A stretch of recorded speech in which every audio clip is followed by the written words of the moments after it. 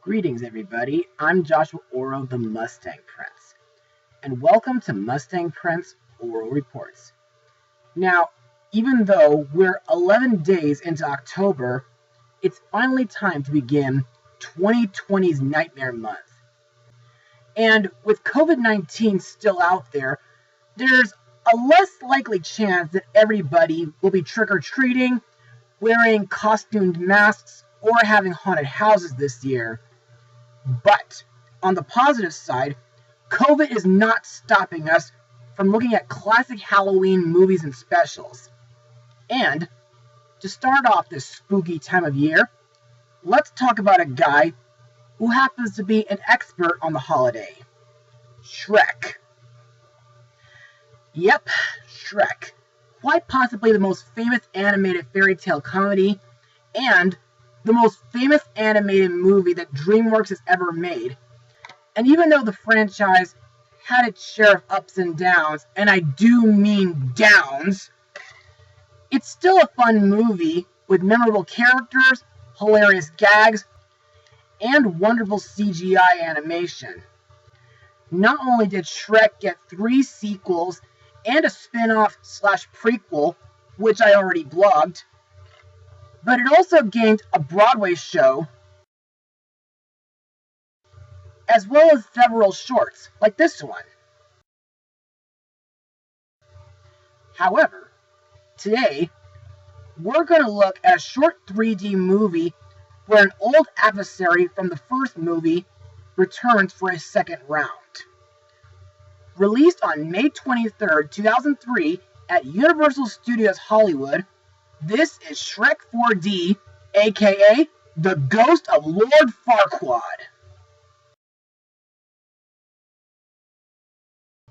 Now, let's get started. While Shrek and Fiona are on the way to their honeymoon, the evil Lord Farquaad returns as a ghost to kidnap and try to kill Fiona in order to make her his ghostly queen in the afterlife. So, it's up to Shrek and Donkey to overcome Farquaad's ghostly tricks and rescue Shrek's wife. So, what do I personally think of the movie? Well, to me, this short movie is not only underrated, but it's also very thrilling. And to further explain why I enjoy it, let's move on to Mustang notes. The movie was directed by Simon J. Smith, who after this movie directed Far, Far Away Idol, B-Movie, Megamind, The Button of Doom, and of course, Penguins of Madagascar. After its opening in Hollywood, this short opened in Florida and Japan on June 2003, Singapore on March 2010, Warner Brothers Movie World in Australia on September 2005, and in Germany in 2008. It got a DVD release in 2004 in order to get audiences hyped for Shrek 2. It was shown on Nickelodeon in 2007 as part of Shrek's Never-Before-Seen Adventure, and it was released to Netflix in 2011 as part of DreamWorks' Spooky Stories. Also, the 3D re-release short film was shown before 3D family films like Kung Fu Panda 2, Puss in Boots, and Madagascar 3, Europe's Most Wanted in the United Kingdom. And it was released on August 28, 2012, as part of Shrek's Thrilling Tales.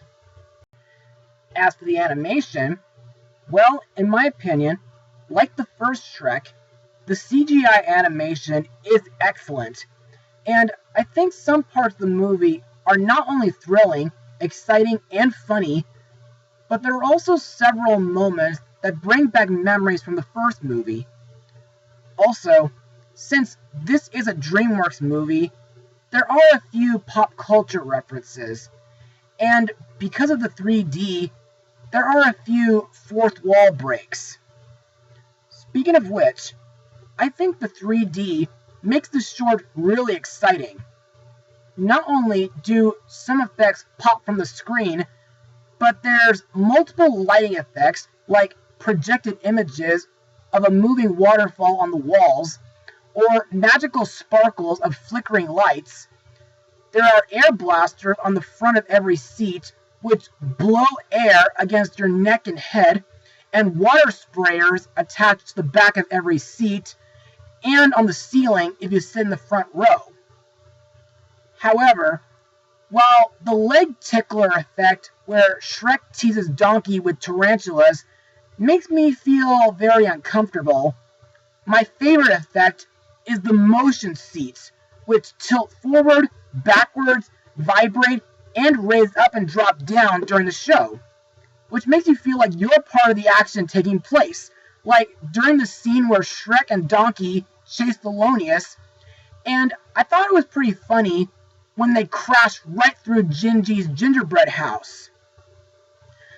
Unfortunately, nowadays, Shrek's 4D show is no longer playing at Universal Studios Hollywood. After its shutdown in 2017, the show was replaced by DreamWorks Theater. Following NBC Universal's purchase of DreamWorks Animation for $3.8 billion in 2016.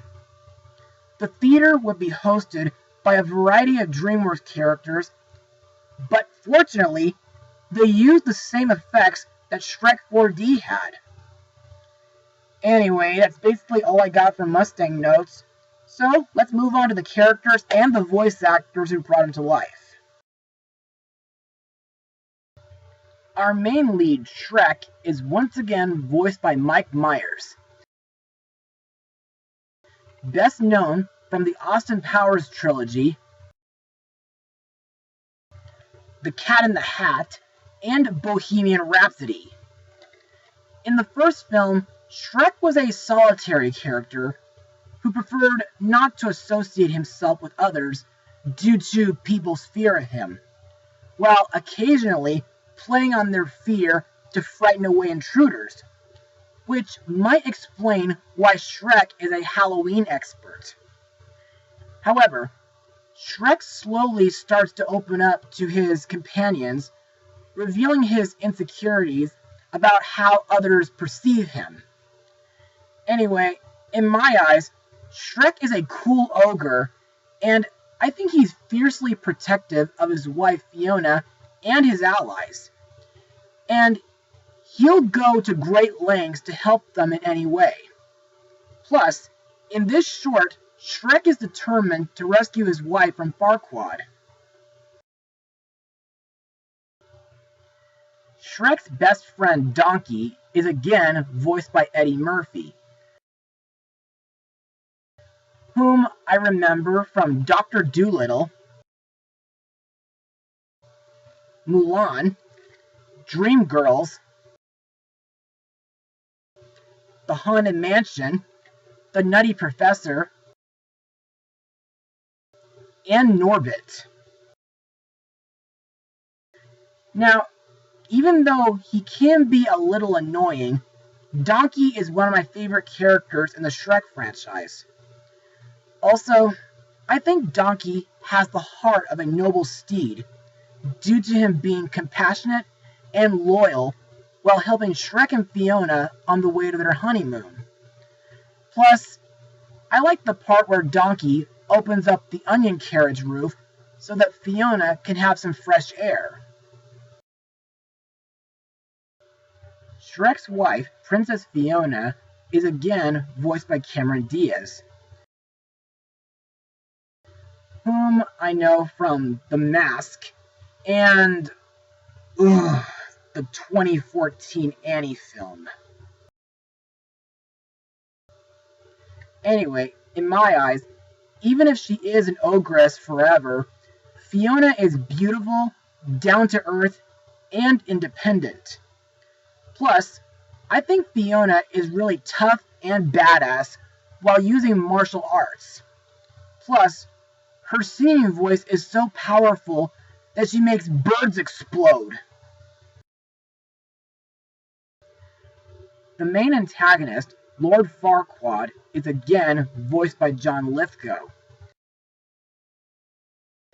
Best known from the 1984 Footloose movie,